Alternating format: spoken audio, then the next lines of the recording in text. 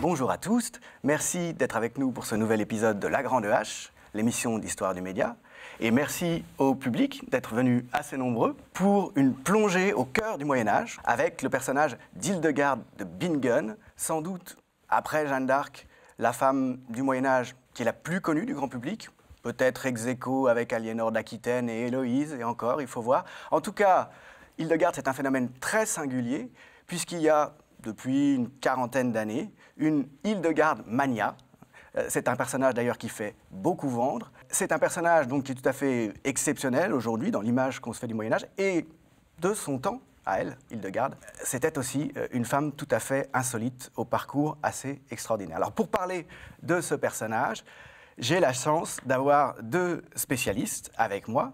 D'une part, Laurence Moulinier, qui est ma collègue à l'Université Lumière de Lyon, professeuresse donc d'histoire du Moyen-Âge, spécialiste d'histoire des sciences et entre autres d'Hildegarde. Laurence, il y a quelque temps déjà, a publié ce livre qui est issu de sa thèse, centré sur une partie de l'œuvre d'Hildegarde.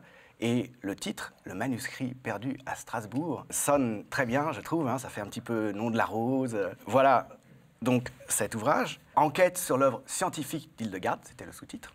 Et puis, Pascal Fautrier, que je remercie aussi d'être avec nous, écrivain, biographe, qui a publié très récemment cette vie d'Hildegarde de Bingen. Le livre s'intitule Hildegarde de Bingen, un secret de naissance. Elle nous expliquera par quel biais elle a abordé le personnage. Alors, Hildegarde de Bingen, je disais, c'est un personnage qui est très notable dans son temps. C'est une moniale, une religieuse, une bénédictine, qui suit donc la règle de Saint-Benoît, qui vit essentiellement au XIIe siècle, est née donc en 1098 et morte octogénaire, ce qui est tout à fait extraordinaire pour l'époque. Elle est morte en 1079. Et toute la deuxième partie de sa vie est marquée par le succès d'une œuvre d'une triple nature. Il y a d'un côté une œuvre de sciences naturelles, de médecine. De l'autre, il y a une œuvre musicale et liturgique. Et puis, il y a une œuvre à proprement parler spirituelle, religieuse, des livres de vision, car Hildegarde, depuis l'enfance, a des visions et entend des voix. Et à partir du début de la quarantaine, elle fait mettre par écrit, par un moine, car il faut quand même que les hommes soient aux manettes, la teneur de ces visions. Ça donne 3 livres publiés successivement qui vont avoir un grand succès dès l'époque. Aujourd'hui, il y a finalement 3 filons dans lesquels Hildegarde a beaucoup de succès. Il y a d'une part la musique, il y a d'autre part les médecines douces, et puis il y a enfin le New Age, une sorte de spiritualité chrétienne, mais aussi un peu post-chrétienne, en tout cas très hybride. Peut-être qu'on peut commencer avec Laurence, qui, la première chronologiquement, s'est penchée sur l'histoire d'Hildegarde, pour parler un petit peu du phénomène Hildegarde, qui s'est étendu aux dimensions de la planète entière depuis quelques décennies. Oui, depuis 3 décennies, je peux témoigner. Quand j'ai commencé ma thèse, c'était à peu près une trentaine d'années. Le succès de Hildegarde était circonscrit en Allemagne, grosso modo Allemagne et Suisse germanophone, avec un petit essaimage déjà aux États-Unis, mais en Suisse, il y avait notamment une Basler Hildegard Gesellschaft qui commercialisait des produits confectionnés selon ses recettes, etc., etc. Et puis, de fil en aiguille, le mouvement fait vraiment tache d'huile, a gagné d'autres pays, avec notamment, évidemment, la vague du féminisme qui a propulsé Hildegarde sur un devant de la scène, pas forcément attendu, mais en tout cas efficace. Ça a été relayé finalement, la vague New Age, par la vague féministe, la vague Minority Studies et Gender Studies. Oui, je pense que les deux sont conjoints, cette vague féministe avec la Gender Theology, etc., etc. Et puis la vague médecine douce dont tu as parlé tout à l'heure. Il y a des praticiens qui depuis 40 ans se targuent de soigner selon les préceptes de Hildegarde, et cela, ça fait boule de neige aussi. Et maintenant, dans les herboristeries, on trouve des tisanes Hildegarde de Bingen, y compris en France. Il y a toute une série de produits dérivés dans tous ces secteurs. Mais, et là on peut parler même d'autres choses que de produits dérivés, dans le secteur du disque par exemple, dans le secteur de la musique, il y a quand même des succès extraordinaires de la musique d'Hildegarde qui ont été repris par des ensembles. Oui, alors elle a composé une musique qui était saluée comme originale dès la parution de ses compositions. Dès 1148, il y a une lettre qui souligne les novos modos de sa musique. Donc c'est un grégorien particulier, voilà. bon, qui est tombé en sommeil pendant un certain temps, qui a été joué en interne, surtout dans le monastère qui a perpétué sa mémoire. Et puis, c'est pareil, j'aurais tendance à dater ça des années 80-90. La redécouverte enthousiaste de sa musique, sous la houlette de groupes très sérieux comme Sequentia, qui a quand même gagné un disque d'or en 94 avec les chants de l'extase.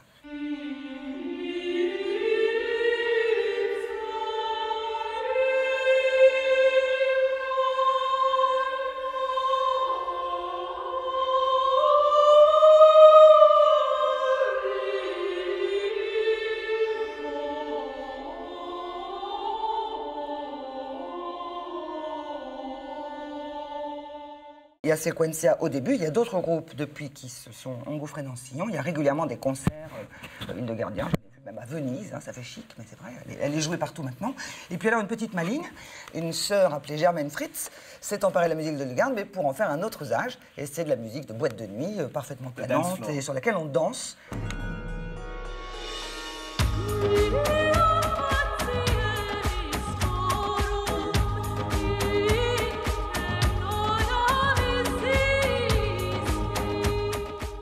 Alors, ça m'amène à demander à Pascale Fautrier de revenir un peu sur les raisons pour lesquelles elle a décidé de s'engager dans cette biographie d'Hildegard. Vous êtes écrivain, vous avez écrit des biographies, la biographie de Bonaparte, me semble-t-il, oui. Une biographie de Chopin, mais vous avez aussi écrit un roman engagé, politique d'ailleurs, qui s'appelle Les Rouges, qui est une saga familiale à travers le 19e et le 20e siècle, autour de gens qui sont révolutionnaires, socialistes, communistes.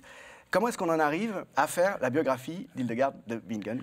Les Rouges remontent au Moyen-Âge, ouais. Remontent au XIIIe siècle, en fait. Tradition de révolte populaire. Oui, en fait, aux communes, à l'affranchissement des communes.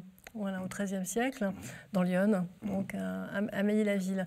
Mais en fait, ce qui m'a amené, je dirais, à plonger dans le christianisme médiéval, c'est l'idée d'une origine chrétienne du communisme. Mais c'est aussi Vézelay qui joue un grand rôle dans Les Rouges. C'est voilà, un lieu qui est proche de mon lieu de naissance. Et puis, il y a un autre côté, c'est le côté plus, je dirais, contemporain. C'est-à-dire, comme beaucoup de gens, je sens l'attrait d'une espèce d'atmosphère un peu néo-spirituelle, je dirais, depuis les années 80-90, où je fréquente les magasins bio et où j'ai eu l'occasion de voir des tisanes Hildegard. Et je me suis sentie traversée à mon corps défendant presque, parce que c'est une famille athée, très anticléricale, par cette néo-spiritualité ambiante. Et vous dites dans le livre que vous y sentez, de la part d'Hildegard, une religion qui est à la fois naturaliste et vitaliste. Oui, énergétique, la notion d'énergie joue un rôle très très grand et ça peut résonner en effet depuis la biographie de Régine Pernoud d'ailleurs elle le dit, enfin ça résonne même avec les sciences modernes du côté de la physique quantique et aussi du côté du New Age et de l'intérêt des Occidentaux pour les philosophies orientales, donc les notions d'énergie, les notions de chi dans la philosophie orientale. Bon évidemment il y a des tas de cette notion de viriditas, de viridité dont on va sans doute reparler, évidemment, peut être rapproché de ce type de notion. Et donc, ça parle aux urbains occidentaux qui, à la fois, font du yoga et puis, en même temps, boivent des tisanes Hildegard de Bingen. Et ça m'a un peu gênée quand même, donc j'ai voulu approfondir le sujet. Voilà. Et vous avez eu quelques surprises. Et j'ai eu quelques surprises. Parce que Hildegard... Et quand même si son parcours est insolite, même si elle ne correspond pas nécessairement aux normes, à ce qu'on attend d'une femme à son époque, c'est quand même une moniale et elle est, disons, parfaitement conforme à la logique théocratique de son temps. Cette question, d'ailleurs, qui est foncièrement politique, à savoir comment est-ce que l'ordre social et l'ordre du monde doit s'agencer, en fonction de quoi, selon quelles normes, la norme de Dieu, la norme qui est transmise par les hommes de Dieu. Donc cette question de la théocratie, elle finit par être au cœur de votre livre.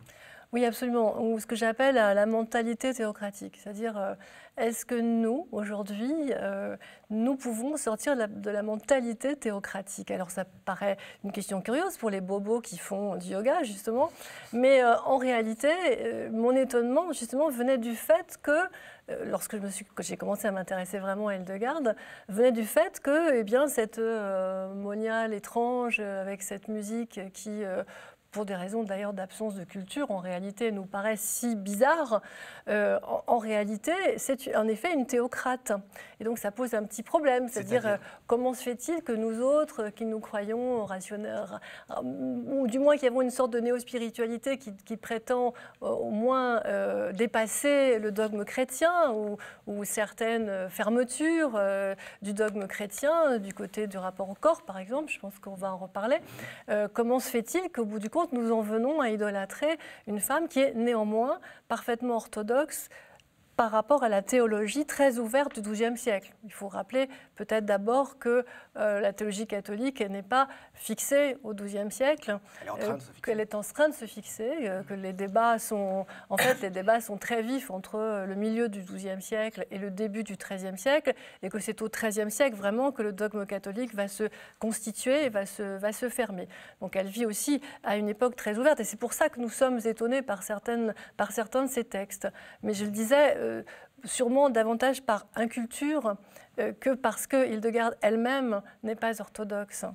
Il reste quand même qu'une femme qui écrit, et là je me tourne vers Laurence qui s'est beaucoup penchée sur les mystiques en général au XIIe siècle, XIe, XIIe, XIIIe siècle, une femme qui écrit, ou qui fait écrire en son nom, parce que c'est plutôt ça en l'occurrence, c'est assez rare encore à l'époque, et les historiens ont tendance à penser que la mystique, le fait de communiquer directement avec Dieu, comme c'est le cas d'Hildegarde, et parler donc avec la caution de Dieu, en quelque sorte, c'est une manière de contourner la domination masculine. L'écriture, dans son cas, c'est à trois, effectivement. Dieu, elle, qui est un médium, elle se présente comme simple médium, et un moine dont elle circonscrit bien le rôle, limer la langue, écarrer, etc., etc. Volmar, le fameux Volmar, pour ne pas le nommer, voilà. Donc elle a beaucoup plus de liberté, de maîtrise de son texte. Et à la fin du livre des œuvres divines, une sorte d'anathème qui retranche une ligne de cet ouvrage sera retranché du livre de vie. Donc, le livre des œuvres divines, c'est l'une de ses la dernière grande œuvre mystiques. visionnaire, son dernier grand cycle de vision, qu'elle achève en 1173.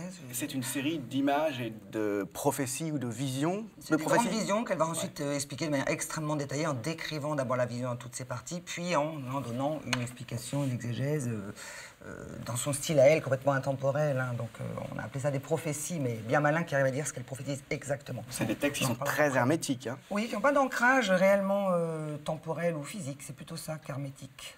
Et ça, c'est mis à l'écrit en latin. Oui. Par ce Volmar. Le co-initié, le secrétaire. Co-initié. Voilà, ouais. elle l'appelle comme ça. Elle-même lui parle en langue germanique, en haut-allemand. On n'en a pas de preuve. Pas sûr. C'est pas sûr. Non. Il est possible qu'elle ait été lettrée au point de maîtriser le Elle latin. dit qu'elle ne sait rien, mais ça c'est sa tactique. Oui. Elle n'a rien appris des hommes. Et alors cette question de tactique, on la sent quand même en arrière-plan à chaque fois. C'est-à-dire que, si je me souviens bien, elle est en train en permanence de dire que bien sûr elle est une femme et que donc elle est vraiment très très imparfaite. Mais ensuite elle détourne la chose en disant « mais comme tous les hommes finalement, ça l'empêche pas de s'exprimer au nom de Dieu, mais c'est parce que c'est Dieu qui parle qu'elle ose finalement prendre la parole. » Et surtout, elle ne veut absolument pas avoir l'air effectivement de devoir quoi que ce soit aux humains. À partir du moment où le savoir vient de Dieu, où le peuple lui-même l'a reconnu, la voie s'ouvre très largement pour elle. Et elle a une sorte de carte de visite au début de toutes ses lettres, notamment. Elle dit à chaque fois « In vera visione vidi ». Dans une vraie vision, j'ai vu. Dans une vision véritable, j'ai vu. Hop, après elle peut dire... C'est jamais elle qui parle. Voilà, elle est le médium par lequel la voix divine s'exprime, y compris en des termes parfois combinatoires ou des imprécations à des grands, mais c'est Dieu qui parle. C'est-à-dire qu'elle commence par dire qu'elle est vraiment la dernière des plus petites créatures, et puis ensuite, elle développe un discours qui peut être très impérieux. Il peut être très énergique, oui. Très impérieux, y compris à l'endroit des grandes autorités de son temps. Voilà, si je comprends pape ou bien. empereur peuvent en prendre plein leur garde, si on passe l'expression, parce qu'elle tue certaines des choses. Peut-être pour revenir sur la question de la langue, on sait qu'elle a prononcé en public, en 1163 à Cologne, un prêche en latin. Donc il est quand même très probable qu'elle ait eu, alors peut-être pas au tout début, un niveau de latin extraordinaire.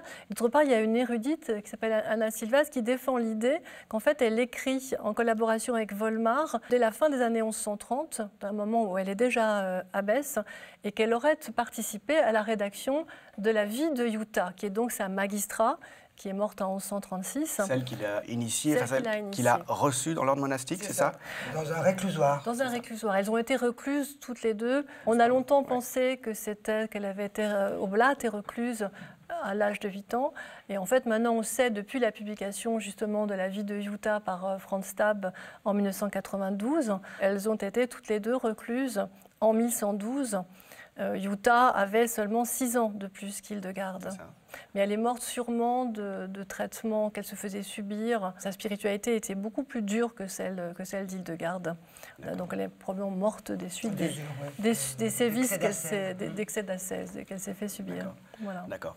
Une femme qui prêche en public, c'est quelque chose exceptionnel. Qui est exceptionnel et même, a priori, interdit. Qu'est-ce qui peut expliquer qu'elle ait été en situation de prêcher, de s'adresser donc à un public élargi en parlant de la foi? Il faut expliquer, je crois qu'à la fin du XIe siècle, il y a une efflorescence de la spiritualité féminine, une sorte de poussée qui vient d'ailleurs pas seulement des milieux aristocratiques, mais également des milieux populaires, qui vont conduire par exemple dès les années 1130 à ce que les couvents cisterciens s'ouvrent aux femmes. D'autre part, il y a un intérêt au début du XIIe siècle pour la spiritualité féminine.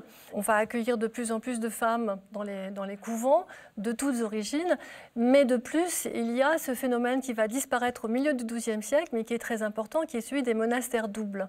En particulier, par exemple, celui de Fontevraud, qui est fondé par Robert d'Arbrissel, qui est un très étrange personnage, et qui décide que la personne qui va lui succéder pour être à la tête du monastère double, c'est-à-dire des hommes et des femmes, qui est un monastère mixte, ben c'est une femme issue de l'aristocratie qui s'appelle Pétronie de Chemisier. Et il faut expliquer, je crois aussi, que dans l'aristocratie au XIIe siècle, il y a tout de même un poids très grand, un poids social des femmes, puisque les héritages se font aussi par les femmes, et que on trouve par exemple une Mathilde Lampresse qui est mariée à 7 ans avec l'empereur d'Allemagne, qui va à un moment donné, parce que son frère est mort, pouvoir postuler au royaume d'Angleterre. Alors, ça ne va pas marcher. Et puis surtout, il y a Éliénore d'Aquitaine, 2 fois reine, duchesse d'Aquitaine, ce qui est une position sociale extraordinairement importante. Et ces femmes ont une véritable puissance sociale. Donc je crois qu'il faut quand même resituer cela dans ce contexte à la fois aristocratique et religieux. Un dernier point, peut-être, c'est par exemple le fait que Bernard de Clairvaux, même s'il est moins radical qu'un Robert d'Arbrissel, va aussi soutenir la spiritualité féminine dans une certaine mesure, hein, puisqu'au départ, les couvents cisterciens, jusque dans les années 1130, sont fermés aux femmes. Mais néanmoins, il est un promoteur du culte marial, donc de la figure de la Vierge Marie. Et donc là, de fait, c'est aussi une des voies par lesquelles la spiritualité féminine et d'une certaine manière, une certaine féminité, en tout cas, où la féminité est sublimée à cette époque. Un dernier élément, si je peux, c'est, alors ce qui est un peu l'objet de mon livre, c'est de montrer que Hildegard appartient à la très haute aristocratie allemande. Donc elle a en réalité, de fait, de naissance, un poids social extraordinaire, qu'elle est notamment très proche de Conrad III de Hohenstaufen et du régent de l'Empire au moment où elle est reconnue comme visionnaire par Bernard de Clairvaux en 1147, qui est Henri de Harbourg, dont je pense qu'elle est apparentée à sa propre mère. Derrière cette autorisation qu'elle reçoit de prêcher, elle va faire d'ailleurs plusieurs tournées de prédication, 4 tournées de prédication, ce qui est une sorte de double transgression, parce que d'une part c'est une moniale et un moine n'est pas censé sortir de son monastère. C'est une femme. Et par ailleurs c'est une femme, et là c'est carrément inouï. Mais c'est... Pas tant que ça au XIIe siècle. Certes, alors peut-être pas autant au XIIe siècle, effectivement, qu'en qu'au fait, période ultérieure. les règles ne sont pas fixées. Nettement fixées. Et si on pense au monastère double, mais aussi si on pense aux réclusoires, les réclusoires, c'était des femmes qui étaient dans des petites maisons, quelquefois au centre des villes, hein. Ou bien, comme Odyssey-Bodenberg, le réclusoire où Hildegard et Jutta von Spanheim sont recluses à partir de 1112. En fait, il est construit à l'entrée du monastère des hommes. C'est-à-dire qu'il y a une petite fenêtre où elles peuvent communiquer et elles communiquent avec l'extérieur. Beaucoup avec l'extérieur par cette petite fenêtre. Les mais gens elles défilent. Elles restent recluses. Mais dans les monastères féminins, par ailleurs, les règles ne sont pas fixées. Et d'autre part, les mœurs des deux monastères d'Hildegard, celui qu'elle va fonder ensuite de la même manière, conservent cette fonction du monastère d'être une école en fait pour les jeunes femmes de la noblesse. Du coup, il y a vraiment un lien avec l'extérieur qui est vraiment très, très grand aussi. Il y a beaucoup plus de communication finalement. Il y a une énorme communication avec le milieu aristocratique que ce qu'on pourrait croire. Oui. Ceci dit, si elle a la possibilité de diffuser ses écrits et même de prêcher, c'est largement lié à sa position sociale. Je pense qu'effectivement, comme toi, que le XIIe siècle, c'est un assez bon siècle pour les femmes, enfin, au point de vue de la liberté Il va y avoir relative. une régression après. Oui, je pense que le XIIIe, on n'aurait pas eu les guerres de Bingen, à mon avis. Et puis, ces étonnantes tournées quand même de prédication aux femmes âgées, effectivement, qui s'adressent au public en latin, sans doute latin aidé, mais elle l'entendait le latin, c'était quand même proféré. Je pense que ça rentre aussi dans sa logique éminente. Elle pense que l'époque est une époque de femmelettes, au point de vue mœurs, décadence des mœurs ecclésiastiques. Elle a cette expression tempus muliebre. On la consulte de toutes parts. C'est très péjoratif. C'est paradoxal. Voilà. Tempus muliebre, oui, c'est ça. Et donc, c'est par une femme qu'un remède va être apporté à cette espèce de décadence, tempus muliebre, qu'elle ne cesse de dénoncer. Et on la consulte de toutes parts. Les plus grands lui demandent des avis. Elle ne fait pas que les enguirlandais sponte soi. Ils viennent à elle pour lui demander quand elle est. Donc, elle est aussi encouragée à aller faire ce que plus personne n'est capable de faire. Il y a un petit paradoxe quand même à voir qu'aujourd'hui, elle fait figure finalement d'emblème de l'émancipation féminine anticipée, au fait de la préhistoire de l'émancipation des femmes, alors que manifestement pour elle... Moi je ne pense pas que c'était une féministe, je pense que c'est un anachronisme de taille. Elle n'a rien voulu changer pour la condition des femmes, Hildegarde. Elle adore les femmes, elle trouve qu'il n'y a rien de plus beau que le corps féminin, elle a des louanges à Marie magnifiques. Ce qui n'est quand même pas rien. Ce qui n'est quand même pas rien. Parce que, je suis désolé, dans la tradition monastique, le corps de la femme, c'est le sacus merdé. Bien sûr. C'est justement ce qui est diabolique et trompeur par excellence. Et donc elle a des accents très très amoureux pour la femme, c'est vrai. Quand bien même au plan conscient, c'est pas du tout une idéologie de l'émancipation féminine, ça n'a aucun sens de son point de vue à elle. Il n'empêche que la manière, me semble-t-il, d'après ce que j'ai lu, mais vous en savez plus que moi là-dessus, la manière dont elle exalte le corps féminin dans le cadre d'une exaltation générale de la création, ça laisse pas quand même indifférent dans les logiques d'aujourd'hui. Je veux dire, par exemple, au plan scientifique, Laurence, il me semble qu'il y a des choses du point de vue de son œuvre sur le corps féminin, de son œuvre médicale. Dans justement son livre des créatures divines, entre autres. Oui, le livre des subtilités des créatures divines et aussi le Chaos et Couré, même si c'est plus compliqué comme histoire textuelle. Oui, elle a des passages laudatifs, ou en tout cas parfaitement réalistes, sur le plaisir, le désir, le miracle de l'enfantement, etc. Sur le fonctionnement du corps féminin. Le fonctionnement, oui. Physiologique. Féminin et masculin. Elle décrit aussi le plaisir qui monte dans l'homme. Mais il me semble, par exemple, avoir lu, sous ta plume d'ailleurs, je crois, qu'on trouve chez elle une physiologie des règles, des premières règles en particulier des jeunes femmes, qui est assez nouvelle, non, ou assez insolite. Oui et non, parce qu'en même temps, la médecine du XIIe siècle qui se développe à cette époque-là évoque aussi ce sujet. On essaie de voir à partir de quand les femmes ont leurs fleurs et jusqu'à quand, etc. etc. Évidemment, ce qui est surprenant pour nous, dans un premier temps, c'est que ce soit une nonne qui en parle. Puis dans un second temps, c'est pas si surprenant que cela, comme l'a rappelé Pascal. Une conception très, très admirative de tout le créé, y compris dans le fonctionnement du corps. Donc finalement, elle est représentative d'une ouverture à l'activité des femmes, activité sociale et religieuse, qui s'est refermée vers la fin du XIIe et au XIIIe siècle. Je crois qu'il faut bien avoir en tête qu'Hildegarde est contemporaine de la mentalité courtoise. Sa sublimation du corps féminin appartient aussi à des accents aristocratiques qui sont les mêmes que ceux des poèmes courtois.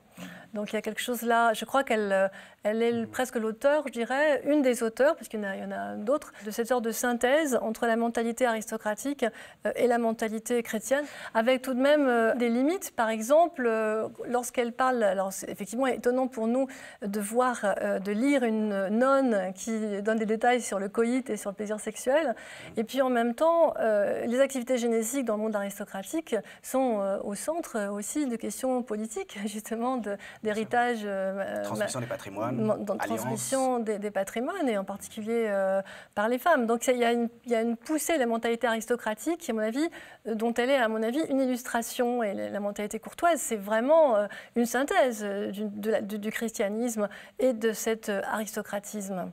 Et je crois que c'est un des aspects qu'il faut bien voir. Un autre paradoxe dans les causes et remèdes, c'est que les semences féminines et masculines, alors elle parle de semences féminines à propos de la sexualité, ce qui est pour nous étonnant, sauf que les semences sont viriles. Et de la même manière, la viriditas, qui est pourtant un féminin en latin, si je me trompe, la virilité est aussi virile. Alors la virilité, c'est ce qui est vert. C'est ce qui est vert doté. C'est la force de croissance de toute chose. Mais le latin viril et vir, c'est très proche de la force aussi. Oui, donc, oui. C'est pas nécessairement sexué en définitive. C'est la puissance. Ça peut être pris comme une puissance. Voilà.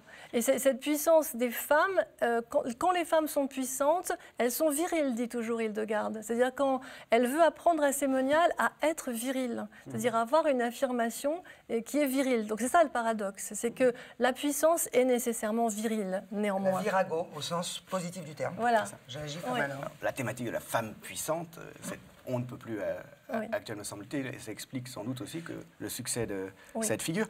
Je disais tout à l'heure que finalement les autres femmes célèbres du Moyen-Âge, à part Jeanne d'Arc, c'est Héloïse et Aliénor. Or, ce sont des contemporaines. Oui. Le Moyen-Âge dure 1000 ans, et là, avec ces trois femmes, on est dans les 3 premiers quarts du XIIe siècle, moment d'épanouissement donc de la société féodale et de la culture de cour, qui va être suivi effectivement d'une sorte de refermement des possibilités, de l'ampleur des possibles, de diminution de l'ampleur des possibles pour les femmes au plan politique et social.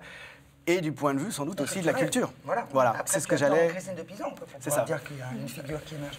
Pour trouver une nouvelle figure qui émerge, effectivement, il faut aller du côté de Christine de Pisan, qui est une contemporaine de Jeanne d'Arc, donc c'est le début du XVe siècle, c'est quasiment 3 siècles plus tard. Je trouve que c'est d'autant plus étonnant du point de vue de l'histoire des sciences. Est-ce qu'on pourrait revenir un petit peu là-dessus, Laurence, puisque c'est ta spécialité?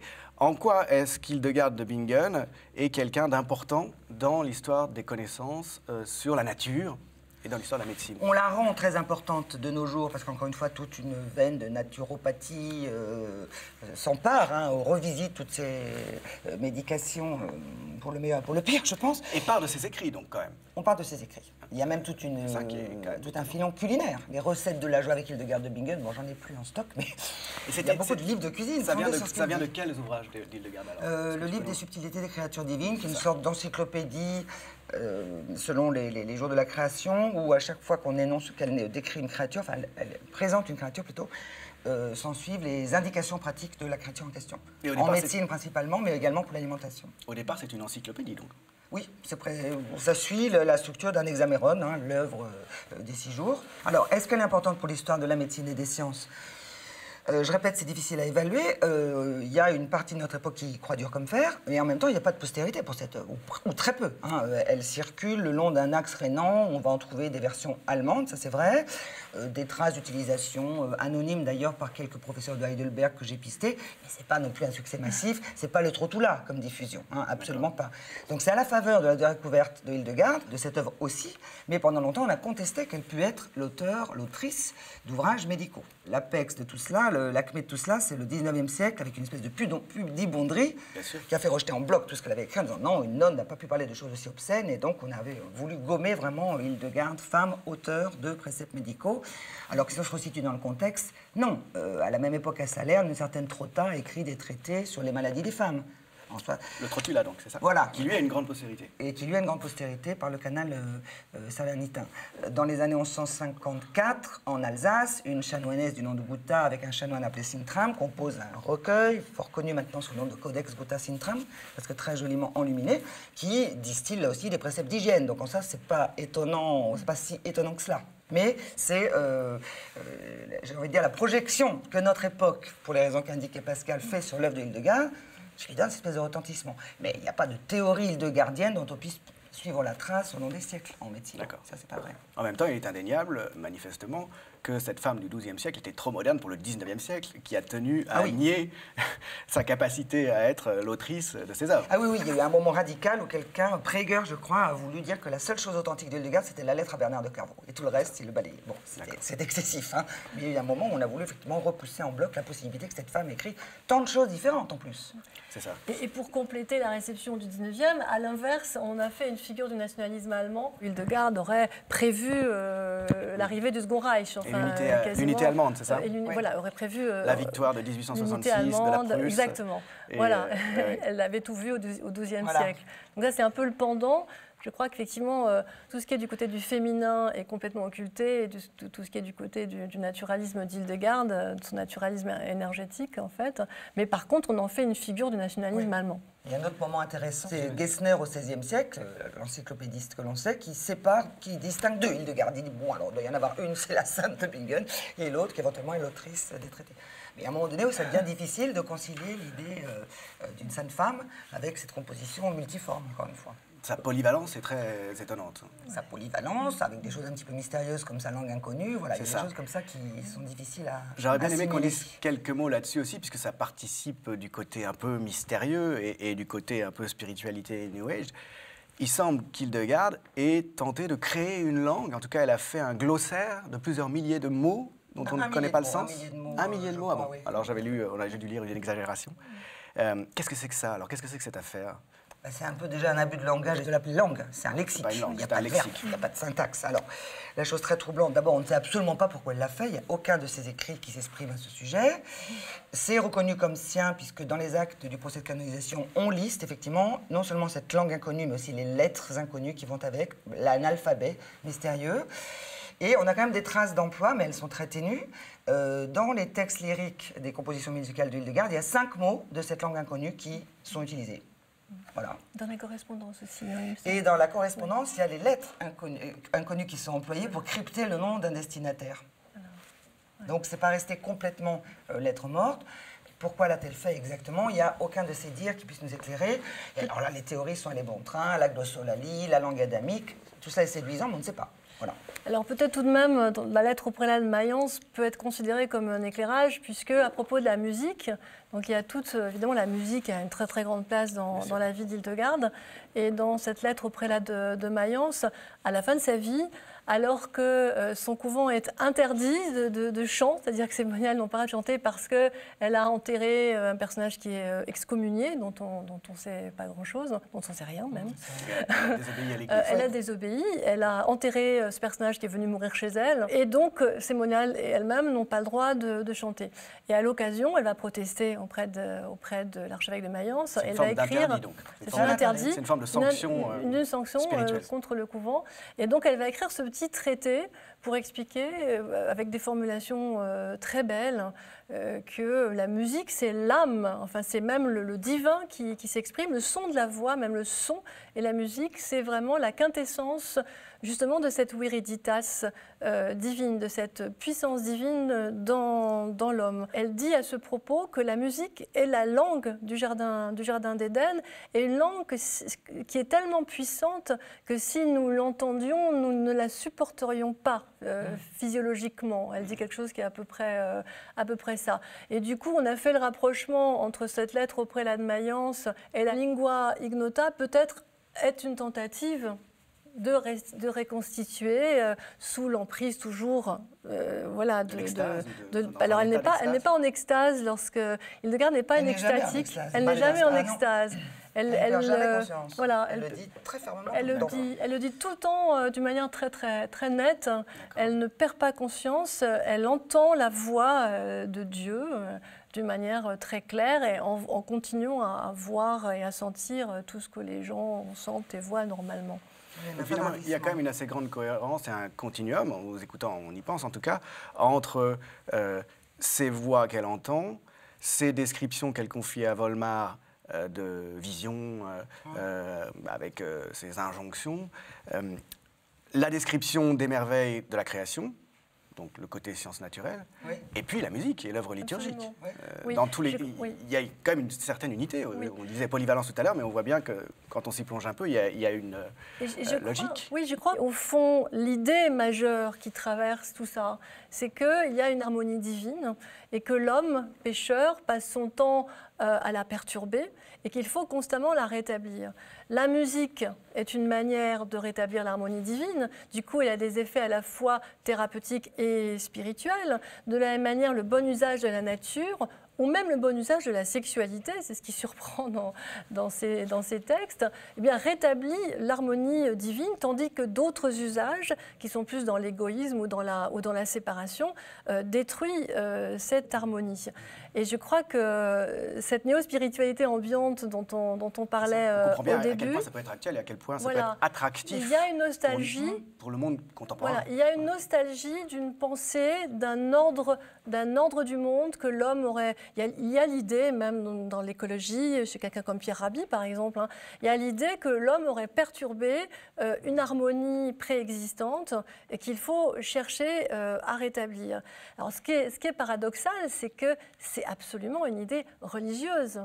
C'est-à-dire c'est très intéressant, je trouve, le personnage d'Hildegarde, c'est très intéressant de passer par elle, et c'est un peu ce qui m'est arrivé, pour comprendre cette nostalgie en nous, justement d'une harmonie religieuse et même d'une mentalité religieuse. C'est religieux au sens où, de toute façon, oui, c'est un discours cosmologique, finalement. Oui. Avec une ligne de césure qui est le péché originel. Oui. Bien sûr. À partir du péché originel, qui a les maladies, etc., etc., il y a vraiment cette brisure. Et même quand elle écrit cette encyclopédie naturaliste, on va dire, elle veut redonner à l'homme les clés de la nature qu'il a perdue, puisque je rappelle le vrai titre de son livre, c'est qu'elle revendique livre des subtilités des créatures divines. Donc elle entend leur montrer ce qu'il y a à l'intérieur et dont on a perdu la lecture. Et ce que disait Pascal, je corrobore, l'œuvre musicale s'appelle Symphonie de l'harmonie des révélations célestes.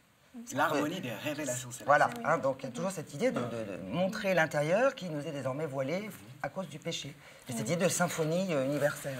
Et alors ça, c'est quelque chose qui a été pleinement repris par le pape actuel, François, dans son encyclique Laudato Si, qui est une encyclique qui se présente comme centrée sur l'environnement, mais qui en réalité pose une loi de Dieu générale qui est violée aussi bien avec le mariage pour tous que lorsque l'on pollue, c'est-à-dire dans tous les cas, on bafoue la nature. Alors François le pape, se référait à une autre figure, celle à laquelle peut-être on pense plutôt, en tout cas les spécialistes. Quand il s'agit de ce christianisme en prise avec les beautés du monde, il se référait à Saint François, qui appartient à une génération ultérieure. C'est un homme dont la vie se développe à la fin du XIIe et au début du XIIIe siècle, c'est-à-dire après Hildegarde.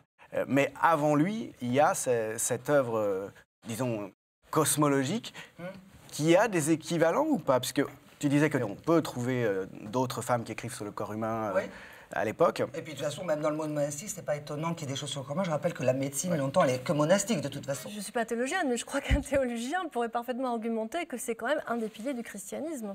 C'est-à-dire que l'idée du péché originel qu'on rapporte toujours à la sexualité, c'est quand même justement l'idée d'une disharmonie et d'une rupture. L'homme, par le péché originel, se sépare de la création. Il est dans un processus de séparation. Et théologiquement, je veux dire, on peut trouver cette idée, y compris dans l'Ancien Testament. C'est-à-dire que c'est pas du tout... Je veux dire, Hildegarde, encore une fois, là, je pense que simplement, elle développe quelque chose du côté du naturalisme, mais qui est tout à fait présent dans la théologie chrétienne. Et c'est bien pour ça que le pape François et Benoît XVI avant lui, qui élève Hildegarde au titre de docteur de l'Église, de 4e docteur de l'Église, en fait une théologienne. 4e femme docteur de l'Église. 4e femme docteur de l'Église, pardon. Sur 36. Il y a 36 docteurs de l'Église, dont 4 femmes. Donc 4 femmes. Et je pense que c'est simplement la volonté de Benoît XVI avant François, c'était justement de revenir à cette spiritualité du Moyen-Âge, où le corps est beaucoup plus présent, également dans les pratiques de méditation, par exemple, dans les questions de la prière, de la voix. Voilà. Et je pense que c'était déjà présent dans l'esprit de Benoît XVI. Oui, mais je pense que cette lecture ou relecture globalisante d'Hildegarde, elle est vraiment propre au XXe siècle, mais il n'y a pas à cela avant. Aucun des siècles antérieurs n'a tiré de son œuvre une louange à la nature, à la création, ni les romantiques, ni le moindre mouvement naturaliste, mais c'est tout. Donc cette lecture enthousiaste et nostalgique, effectivement, parce qu'on a conscience d'une brisure, elle est vraiment récente. Elle est récente. Il y a d'autres lectures qui existent, mais pas du tout sur son sentiment de la nature, à mon avis, au cours des siècles. Elle est récente, mais à vous écouter, on a le sentiment qu'elle est quand même assez conforme à ce qu'était Hildegarde, à ce qu'était sa pensée, non? Ça, est-ce qu'on est fidèle ou infidèle? C'est une vaste question, moi je ne suis pas certaine. Le rapprochement de toutes ces œuvres dans ces secteurs apparemment différents qu'on a fait à l'instant semble bien suggérer qu'il s'agit de la même chose au fond, qu'il s'agit de l'harmonie oui, terrestre. ça va. Mais il y a des récupérations ou des exagérations. Dire qu'elle a prédit le sida ou le cancer, c'est n'importe quoi. Voilà, c'est tout. Ça, très bien. Je m'emporte de bien sûr. monde, mais, mais on lit des choses comme ça quand même. Qu'après, il y ait des abus de toutes sortes ou des délires de toutes sortes, avec aussi le consumérisme attaché aux produits dérivés autour d'Hildegarde, ça ne fait pas le moindre doute. Non, mais moi, je parlais simplement d'essayer de saisir son œuvre dans sa cohérence de l'époque, du XIIe siècle, de son point de vue à elle, finalement. Oui. Pour en revenir et pour finir avec cette question de l'harmonie universelle et du rapport bienveillant à la nature, à la création, au corps donc et à la chair, à la matérialité. Toute la première partie du Moyen-Âge tend à séparer assez radicalement la chair et l'esprit, et son œuvre, de ce point de vue-là, me semble plutôt appartenir à ce qui va se développer encore plus avec François, ce qui est déjà caractéristique du XIIe siècle, me semble-t-il, c'est-à-dire un christianisme plus ouvert sur le monde. Et sa lutte contre les cathares, Hildegard, ça peut aussi s'expliquer pour cela. Elle déteste les gens qui détestent le corps, j'ai envie de dire. Donc elle s'engage, parce qu'il n'est pas question d'abîmer exprès le temple de l'esprit. Elle est très hostile aux hérétiques, donc. Oui, et elle est une fille de Bernard de Clairvaux de ce point de vue, pas seulement de ce point de vue. Et je crois qu'il faut remonter à Bernard de Clairvaux pour comprendre aussi, je crois que c'est lié justement à cette efflorescence de la spiritualité féminine dont je parlais tout à l'heure d'une part, et d'autre part à l'efflorescence de la mentalité courtoise et à l'influence de la mentalité aristocratique qui sublime la femme, qui sublime le corps de la femme. Et Bernard de Clairvaux, il a une position moyenne, très hostile donc au catharisme, mais qui est aussi la défense de l'incarnation du Christ. Hein, c'est-à-dire qu'au fond aussi, ce qui est en jeu chez les cathares, qui donc ne reconnaissent pas l'incarnation du Christ, c'est justement que la chair peut être aussi une des voies du divin.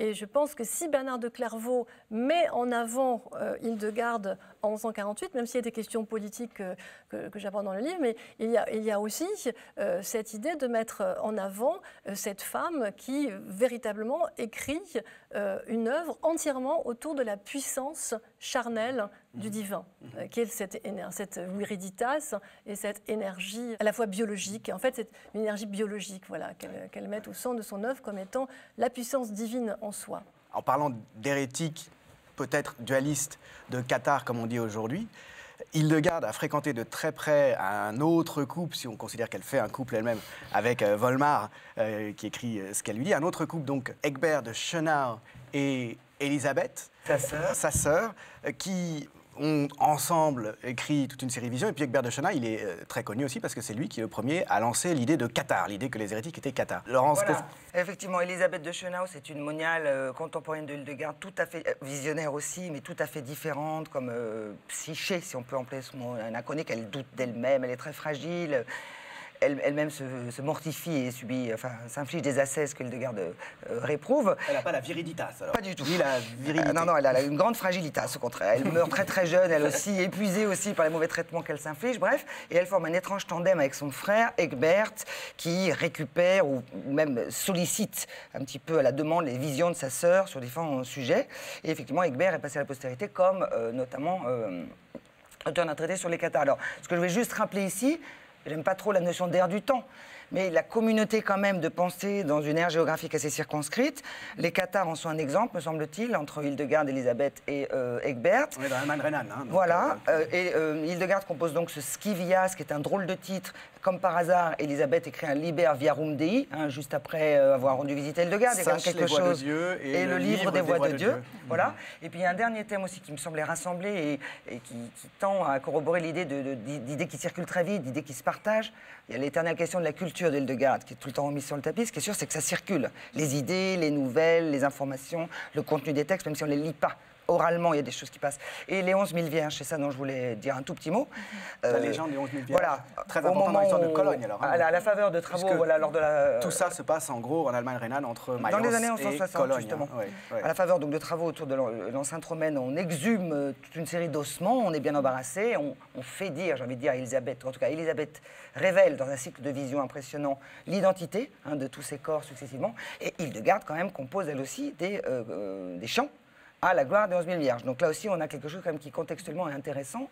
Et la dernière chose que je voulais dire pour en venir au cathare, Julien, dans l'exorcisme que j'ai découvert, qui met en scène Hildegarde, un prêtre et une possédée, donc le diable est questionné et un sang relâche par le prêtre jusqu'à ce qu'il avoue. Et il est question des cathares ou des hérétiques qui sont en train de brûler dans ces mêmes années en 160. Donc voilà, c'est juste ça que je voulais rappeler. C'est qu'il y a des échanges. Tu peux rappeler en quelques mots de quoi il s'agit? C'est un texte. C'est un récit très singulier que j'ai découvert par le plus grand des hasards dans un manuscrit conservé à Termonde d'Endermonde en Belgique. Voilà. C'est un manuscrit qui a été envoyé à l'abbaye de Villiers, qui contient le Liber Viarum Dei justement d'Élisabeth et le Scivias d'Hildegarde. Et à la fin, il y a un récit anonyme qui met en scène donc une possédée sans nom un prêtre qui tente de faire parler le diable qui est dans cette possédée, avec une série de questions très détaillées sur toutes sortes de choses, notamment sur les hérétiques, et les questions même du meurtre d'enfants, enfin du meurtre rituel d'enfants, etc. Et à la fin, coup de théâtre évidemment, la vieille Hildegarde qui est là, c'est elle qui a le dernier mot, et qui fait sortir le démon définitivement du corps de la possédée. Mais sûrement dessous, il y a une question politique, c'est-à-dire la contestation en réalité de l'opulence et de la puissance de l'Église, de la puissance politique. Alors notamment en Allemagne, de la Reichskirche, puisque ce qui est en question, l'Église de l'Empire. Ce qui est en question depuis la fin du XIe siècle, c'est l'intronisation des évêques par l'empereur, et c'est une affaire qui va durer toute la vie d'Hildegarde, qui va mettre à feu et à sang l'Allemagne à partir de la fin du XIe siècle, quelque chose de tout à fait important dans sa vie. Et il y a deux questions sous cette querelle des investitures et sous cette lutte du sacerdoce et de l'Empire, comme on les a appelés pour la seconde moitié du XIIe siècle. Il y a à la fois une lutte de préséance, à la fois spirituelle et politique, de la papauté et de l'Empire, ça c'est une des choses. Et puis en dessous encore, il y a la séparation en train de se faire entre le spirituel et le charnel, avec un enjeu politique. Ce qui est quand même très intéressant, ça rejoint mes interrogations sur les origines du communisme, c'est que par exemple un Arnaud de Brescia à Rome, qui est un élève d'Abélard, et on ne peut pas le qualifier d'hérétique, même si Abélard a été condamné pour hérésie au Concile de Sens, mais en réalité, il est tout à fait chrétien. Même son ennemi Saint Bernard ne l'accuse pas d'hérésie, Arnaud de Brescia. Voilà. Arnaud de Brescia, qui est un révolutionnaire et un théologien, on peut dire quasiment révolutionnaire, contemporain d'Hildegarde. Contemporain d'Hildegarde, donc cette commune romaine qui a d'ailleurs qui est en train d'émerger au moment où Hildegarde est reconnue comme une visionnaire en 147, en 148. En fait, ces communalistes réclament contre la puissance ecclésiale, d'une part, mais aussi en Allemagne contre la puissance impériale, une pauvreté évangélique. Ça va continuer cette histoire, c'est-à-dire qu'en fait, les ordres mendiants au début du XIIIe siècle, finalement, ça va de nouveau être la tentative d'un retour aux sources évangéliques. Et je dirais même qu'on peut trouver auparavant même des moments de christianisme. Au bout du compte, c'est sans arrêt cette volonté de revenir aux sources évangéliques et de contester. Il y a une sorte de dynamique, de dialectique même. Entre institutionnalisation on pourrait dire, et retour... Voilà, entre les textes, notamment certains passages des évangiles, et puis l'institutionnalisation. Et alors, Hildegarde, vous la situeriez où, justement, sous cette dialectique, disons, entre institutionnalisation, enracinement terrestre des institutions ecclésiastiques d'un côté, de l'autre, invocation des évangiles, suivre nu le Christ nu. C'est une question très compliquée. Elle est absolument une conservatrice. Enfin, je pense qu'on peut dire qu'elle est absolument une conservatrice au XIIe siècle. Elle est, on peut dire, l'opposé d'Abélard du point de vue de ses positions théologiques. Et c'est la raison pour laquelle, contre Abélard et contre des tentations de la théologie rationnelle, Bernard de Clairvaux la met en avant au milieu du XIIe siècle. Oui, alors qu'elle n'a pas encore fait ses preuves. En 1147, elle n'a même pas fini le Scivias. Elle n'a pas fini, mais c'est un sacré morceau, Scivias, quand même. Je pense qu'effectivement, c'est une théologie constituée. Je pense que Benoît XVI, de ce point de vue, a eu raison de reconnaître ces textes comme étant des textes proprement théologiques. Oui, en considérant l'ensemble. Le Scivias, c'est le Sache les voies du Seigneur, qui est le premier livre transcrivant les visions et les voix d'Hildegarde. C'est-à-dire que dans ce grand enjeu du XIIe siècle, qui est l'opposition finalement entre une forme de conservatisme d'un côté et de l'autre, les percées à la fois rationalistes à la Abélard et en même temps orientées vers l'exigence de pauvreté de l'Église, une forme de refus de l'institutionnalisation de l'Église. Et ça peut être illustré par Arnaud de Brescia. Hildegarde est du côté de l'institution et du côté de la conservation. Oui. Donc il y a un vrai paradoxe historique sur le long terme, avoir ce personnage qui était plutôt du côté de l'institution et des autorités, dont l'œuvre est aujourd'hui très suggestive, finalement, dans le cadre d'une aspiration à retrouver un sens général à l'existence et une harmonie avec le monde. Oui. Avec des contextes autres, effectivement. Dans un tout autre contexte. Et donc je pense qu'il faut que nous nous interrogions aussi sur ce que ça veut dire de nous. Sur ce que ça veut dire de nous. Où allons-nous? Alors je me tourne vers le public qui pourrait avoir quelques questions à vous poser sur un aspect ou un autre. Oui? Oui, non, je suis très curieux d'en savoir plus sur la nature exacte des visions qu'elle décrit. Vous avez dit au début qu'il nous manquait les clés pour comprendre ce qu'elle veut dire.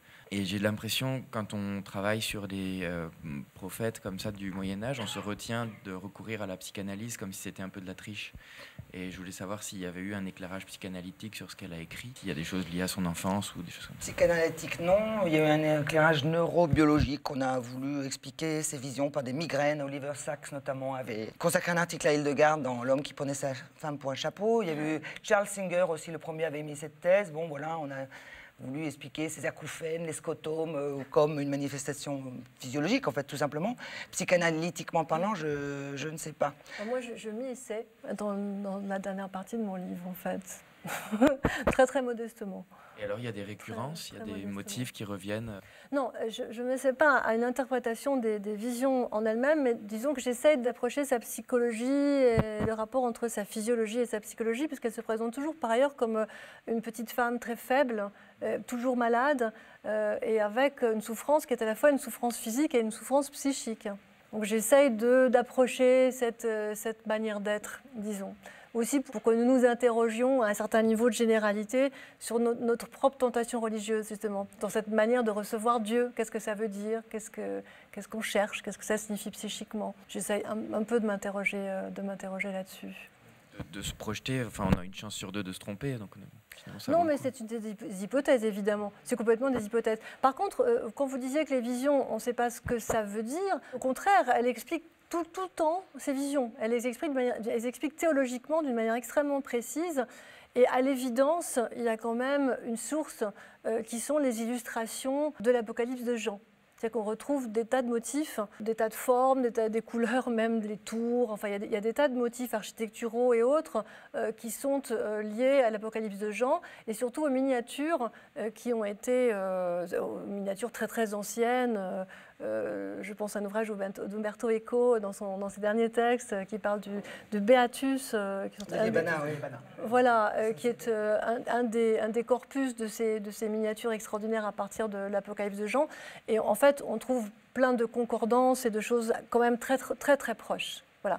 Du coup, effectivement, quand on connaît pas, si on ne connaît pas l'Apocalypse de Jean et si on ne connaît pas toute cette tradition, ça paraît très étrange. Et si on connaît l'Apocalypse de Jean et si on connaît ces traditions iconiques, c'est déjà beaucoup, beaucoup moins étrange. C'est très détaillé, au contraire, très fastidieux. Il faut quand même parler franchement de temps en temps. Poétique. Elle décrit très très longuement une image. Oui. Puis il y a l'exégèse tout aussi détaillée de l'image, où elle voit différentes choses, des animaux, mais on a même une description, je ne sais pas moi, du parcours des humeurs dans le corps de l'homme, hein, avec force détail. Alors, donc on ne peut pas dire qu'on ne comprend rien. Ce n'est pas des prophéties. On dit, voilà, c'est évident, elle a dit ça. On lui a fait dire ça par la suite des siècles. On a dit, oui, elle a prédit les ordres mendiants, elle a prédit la réforme, ça. Non, c'est pas ancré dans du réel, temporel et spatial. Mais c'est extrêmement détaillé. Et dans quelques cas, 2 œuvres sur 3 ont fait l'objet de miniatures fort célèbres. Donc évidemment, alors avec des rapports parfois contradictoires entre texte et image, hein, mais ça peut aussi aider à fixer un petit peu les choses. Là où elle énumère extrêmement longuement des détails, bon, ben, ça a été synthétisé en une page. Vous les avez tous vus, la fameuse image de Luft, par exemple. Oui. C'est une de ces visions, oui.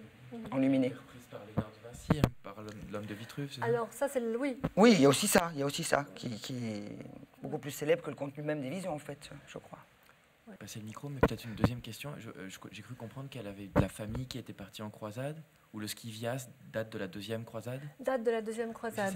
Et oui. est-ce qu'elle en a parlé? Est-ce qu'elle parle de l'islam dans ses textes? Alors, dans une lettre à propos de Philippe de Flandre, on a peut-être l'évocation de la question de la croisade, puisque Philippe de Flandre a tué un homme qui a été en conversation avec sa femme, un aristocrate. Parce que si c'était un manant, on n'en parlerait même pas. Il faut savoir qu'il y a une chose curieuse quand même au XIIe siècle, c'est que l'homicide est à peu près au même niveau que la tristesse comme type de péché. Hein. C'est-à-dire que quand on tue quelqu'un, bon, on se sent coupable, mais quand même pas tant que ça. Mais la tristesse est un péché très grave.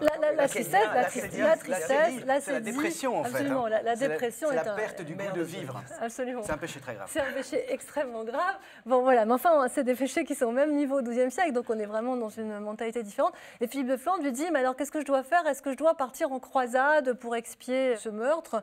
Voilà. Et là, elle a des mots sur la croisade assez obscurs, où elle dit qu'en fait, elle n'appelle pas à tuer les Sarrasins. C'est pas sûr du tout, hein. C'est comme les Cathares. En réalité, les textes sont très contradictoires. Il y a des textes où elle appelle tout à fait à tuer les Cathares comme des loups enragés. Donc, mais il n'y a pas les mots. Voilà, ni Catherine, ni Sarakani. Alors, ce qui est frappant, c'est qu'elle ne parle quand même, on peut dire, hein, elle ne parle quasiment, enfin, elle ne parle jamais, à part dans cette lettre, de la première et de la seconde croisade. Hein. C'est-à-dire qu'effectivement, ce sont des choses qui sont quasiment absentes de son univers mental. Est-ce que d'autres, parmi vous, ont envie d'intervenir, d'en savoir un peu plus? Moi, j'ai une question à poser au public, je peux? Bien sûr.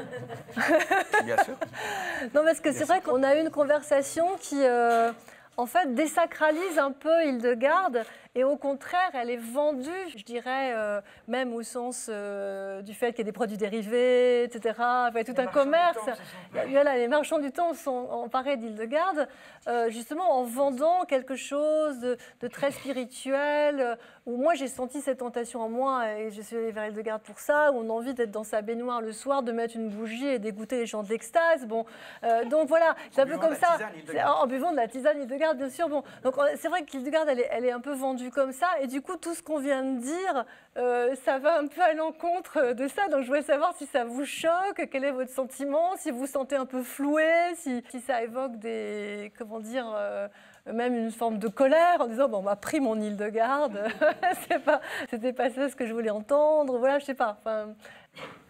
Alors, non, moi je suis pas du tout déçue ou quoi que ce soit. Au contraire, je trouve bien d'avoir une autre vision et une autre approche, parce qu'en effet, dans tout ce qu'on lit, c'est extrêmement sacralisé. Enfin, Et d'ailleurs, j'avais lu aussi, concernant ces visions, qu'il y avait un moment apparemment décisif dans sa vie, qui était autour de la quarantaine, où apparemment elle avait eu une vision ou des visions, et moi j'avais l'impression que tout s'était révélé à ce moment-là. Enfin, justement, ça fait partie de la légende peut-être.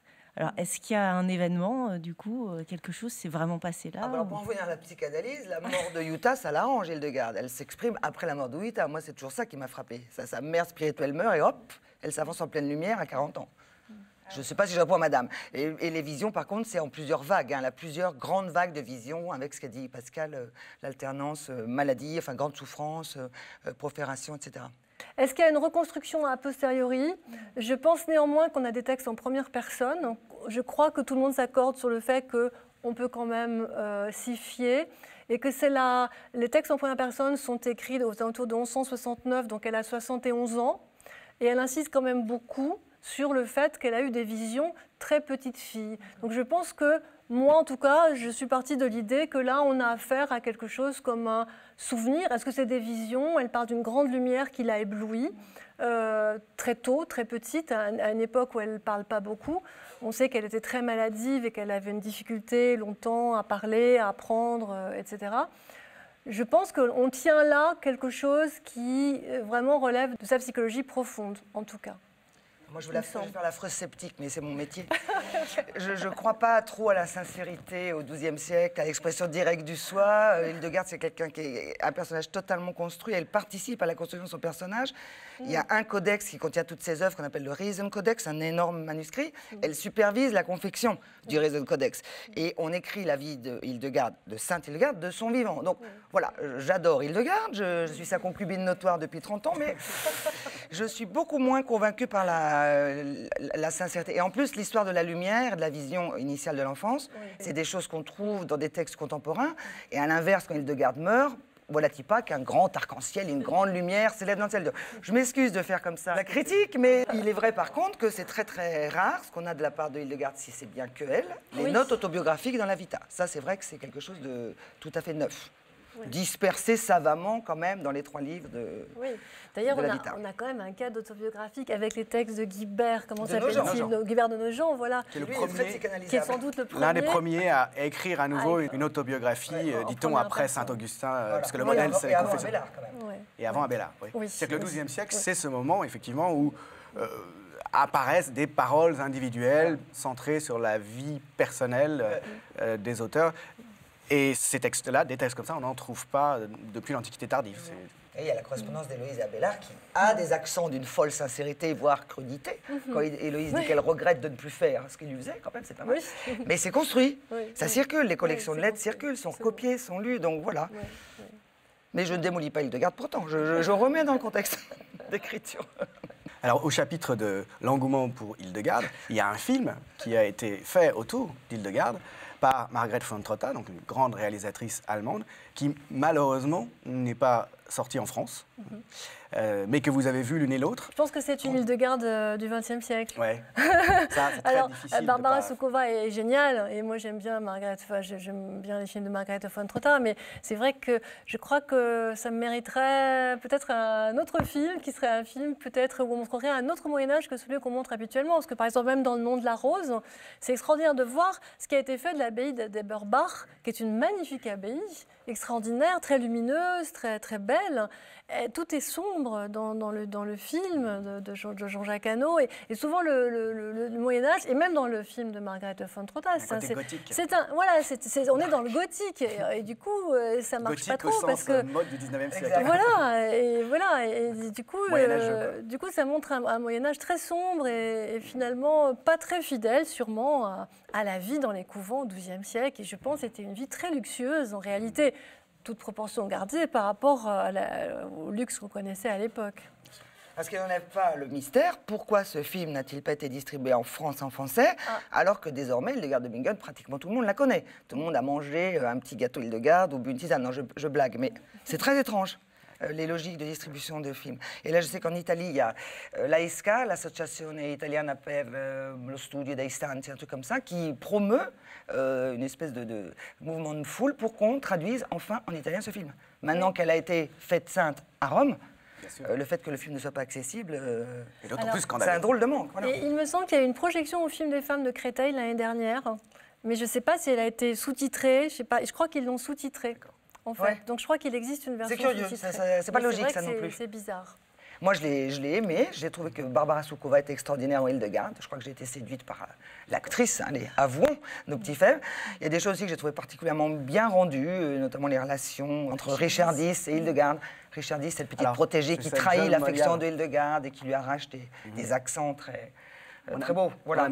On a même vu entre cette disciple et Hildegarde une relation amoureuse, en fait. En tout cas, Hildegarde ne se remet pas de son départ. Oui, elle ne Puisqu'elle s'en remet quitte pas, oui. le monastère à un moment donné, et Hildegarde écrit un peu à toutes les autorités pour essayer de l'empêcher de fonder un autre monastère, cette disciple, et pour la ramener à elle. Et pour des raisons éminemment politiques, voilà, on est vraiment dans le jeu des très très grandes aristocraties. En réalité, oui. C'est-à-dire que, oui. Je crois que là encore, le XXe siècle se raconte une histoire. C'est ça, la pseudo-relation réalité, amoureuse. En fait, c'est une mère qui pleure sa fille plutôt qu'une amoureuse qui pleure à une amante. Et qui pleure aussi peut-être un personnage dont moi je pense qu'elle lui est apparentée et qui appartient à une famille extrêmement puissante et qui lui apporte des terres, des donations, etc. Donc il y a des affaires, je dirais, matérielles et politiques. Et qui est sa confidente dans les visions, dans la fameuse enluminure à laquelle je pense. On a Hildegarde qui reçoit le feu de l'Esprit Saint, enfin la révélation divine, Volmar qui écrit fidèlement, et Richard Dys derrière en retrait, qui, par sa présence, soutient moralement, disons, la visionnaire. Donc je vous encourage évidemment à acheter tous les produits liés à Hildegarde que Laurence en particulier collectionne, et c'est grâce à elle que j'ai quelques exemplaires ici. Donc t-shirt Hildegarde, montre Hildegarde, la seule que Laurence utilise pour connaître l'heure.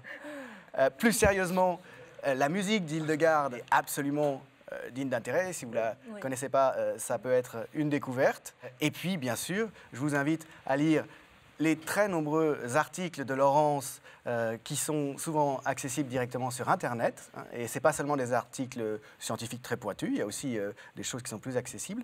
Et puis, le livre donc, de Pascal Fautrier, Hildegarde de Bingen, Un secret de naissance. Merci beaucoup à l'une et à l'autre. Merci au public donc d'avoir assisté à cette émission, et à bientôt pour une prochaine Grande H.